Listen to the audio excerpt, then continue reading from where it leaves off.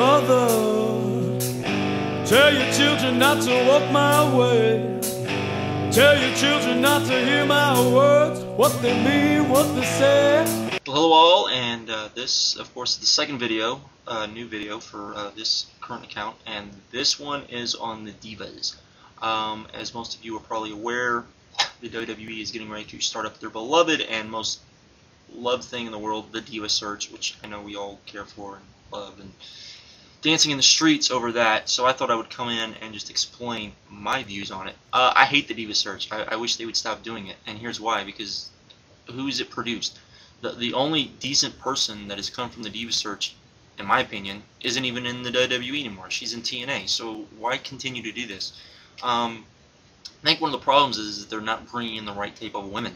If you look, particularly in how we look at women in wrestling today, particularly let's look at a non-wrestling role, because to me that's what the Diva search ultimately should be for, because it shouldn't be to find these women who want to be in Playboy and are, you know, professional models and then teach them wrestling. I think that's moronic. I think that's doing everything backwards. I think that's the same thing for those of you that remember the WCW did with Glacier. Instead of taking a martial artist and teaching him how to be a professional wrestler, they took a professional wrestler and tried to teach him how to be a martial artist in 4 months, and of course that didn't work. So that's what we're left with. You know, the type of women that I think they need to be gearing towards or looking for if they're going to do this sort of thing is first Missy Hyatt. For those of you that don't know who she is, go look her up. She's probably, for what we consider women in wrestling today, maybe the single most influential. She was good on the mic. She was drop dead gorgeous and just amazing. Could hold her own against any guy, and just looked like she belonged there. And that's the type of woman you should look for. Her, you know, people say her heir apparent was Sunny, and most of you probably remember Sunny, so you know or Tammy Lynn Sitch, so you definitely know kind of what I'm talking about. Those are the type of women you should be gearing towards, not what you got now, because what you got now isn't very good. You know, the WWE definitely needs to look at the type of women who have gotten over before and why they've gotten over, particularly when you're talking about, you know, those that they taught how to wrestle or those who became wrestlers. You start with Sable. The reason why, you know, Sable she wasn't my type, but she definitely was good looking. And then you add the fact that she was willing to get in there and bust her butt and learn how to wrestle. And she didn't do everything in the ring well, but what she did do in the ring, she did very well. She understood what she could and couldn't do in the ring. That's a very big thing. If you know what you can and can't do in the ring, that helps you out a whole lot.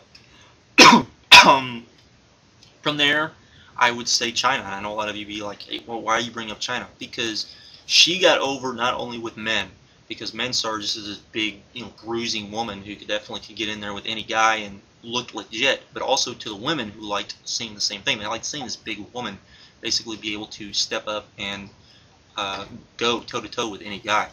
From there you go with Lita, and Lita, of course, I think was maybe the most of her. I would even say she was over more than Trish Stratus in some degrees, because even though men really liked Trish Stratus, women really liked Lita as much as men, particularly when Lita first came in and she wrestled and she was good.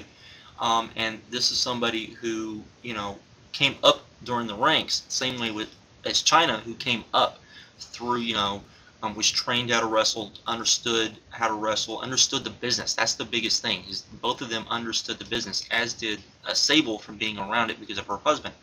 And then you would get the Trish Stratus, who of course was brought in because she was athletic and they thought they could teach her how to wrestle. Again, and she looked good, but again, the focus was that she looked good and they thought they could teach her how to wrestle. Not that she looked good and we might be able to teach her how to wrestle down the road. You know, the Diva search should not be for, let's find someone who can wrestle. Diva search should be for on-screen talent. And even then, one of the primary things that they need to do is sit down and make sure these women understand what pro wrestling is, have some sort of passion for pro wrestling. And if that means that you're getting a bunch of groupie type girls, you know what? I'm fine with that, because you know what? There's a whole history of groupie type women who have gotten into this business who have done very well for themselves and often turn out much better than the women you bring in from somewhere else, to be completely honest. So, because they're at least fans of the business. And if they're fans of the business, they're going to try a lot harder, in my opinion. So, what's that leave us with? You know, because we know what we're going to get. We're going to get some Playboy model look, you know, someone that looks like a Playboy model. Problem with that is, for those of you who don't know, Playboy's not doing very well right now. I don't know why the WWE doesn't see this. I understand that WWE probably gets a lot of money from when other women pose for Playboy, but imagine how much more money they would get if they would get someone that people actually wanted to see in Playboy, not just, ooh, it's a WWE star, let's pick it up. Wow, that's, you know, people wanted to see Sable in Playboy. You know, I mean, that's the point. I don't know if people necessarily wanted to see China in Playboy other than just see what she looks like naked, I guess. But that type of thing. I mean, you know, if you go out and you look and you actually check it out, it amazes me that people are willing to not look and see what people like now. I mean, the fact of the matter is that why Playboy is still Playboy, I guess. The fact of the matter is that if Marilyn Monroe or Betty Page, who are considered the two, you know, most famous of all Playboy playmates, if you don't know who either of those two women are, go look it up, folks. Neither of them would be able to be getting Playboy because they don't have the look that they're looking for now, which is moronic because they're both classic, beautiful women.